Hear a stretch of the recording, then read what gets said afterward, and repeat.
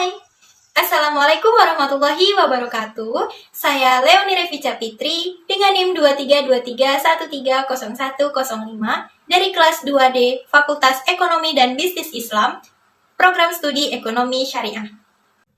Nah, video ini dibuat guna memenuhi tugas ujian tengah semester di mata kuliah Sejarah Pemikiran Ekonomi Islam dengan dosen pengampunya yaitu Mem Khoiriyah Elwardah. Baiklah, di sini saya akan menjelaskan sedikit materi tentang perekonomian di masa Bani Fatimiyah, mulai dari kebangkitan sampai keruntuhan. Berdirinya dinasti Fatimiyah dilatar belakangi oleh melemahnya dinasti Abbasiyah.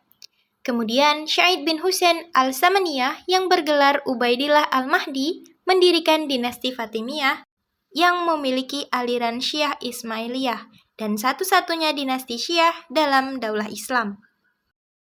Setidaknya, ada 3 khalifah Fatimiyah yang berhasil membangun perekonomian dinasti Fatimiyah, sehingga menghasilkan berbagai kemajuan yang dapat dinikmati hingga hari ini. Yang pertama, ada Abu Tamim Ma'ad al-Mu'izz lidinillah. Strategi Khalifah al-Mu'izz dalam meningkatkan perekonomian dinasti Fatimiyah yakni mengadakan peninjauan ke seluruh penjuru wilayah kekuasaannya untuk mengetahui kondisi sebenarnya. Selanjutnya, membuat program-program yang berorientasi kepada usaha mewujudkan keadilan dan kemakmuran rakyat, dan memperbaiki sistem perpajakan, meningkatkan keamanan bagi masyarakat, mengenjot produktivitas pertanian, dan lain-lain. Yang kedua, Abu Mansur Nizar al-Aziz Billah. Al-Aziz dikenal sebagai khalifah pemberani, bijaksana, penyayang, ramah, dan pendamai. Di masa Al-Aziz pula, dinasti Fatimiyah mengalami masa kejayaan dan kemajuan di berbagai bidang. Salah satunya adalah kebudayaan Islam, dengan bukti dibangunnya Masjid Al-Azhar yang berfungsi sebagai pusat kajian Islam dan ilmu pengetahuan. Dan yang ketiga, Abu Ali Mansur al-Hakim yang masih berusia 11 tahun, putra dari Khalifah Al-Aziz. Abu Ali Mansur al-Hakim dikenal sangat kejam dan mengeluarkan berbagai kebijakan yang menyengsarakan umat. Ia juga menghancurkan gereja, merusak kuburan suci umat Kristen, dan menerapkan kebijakan yang kontroversial bagi rakyat non-Muslim.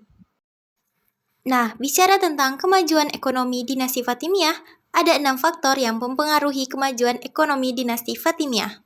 Yang pertama, perpindahan pusat pemerintah dari Tunisia ke Kairo.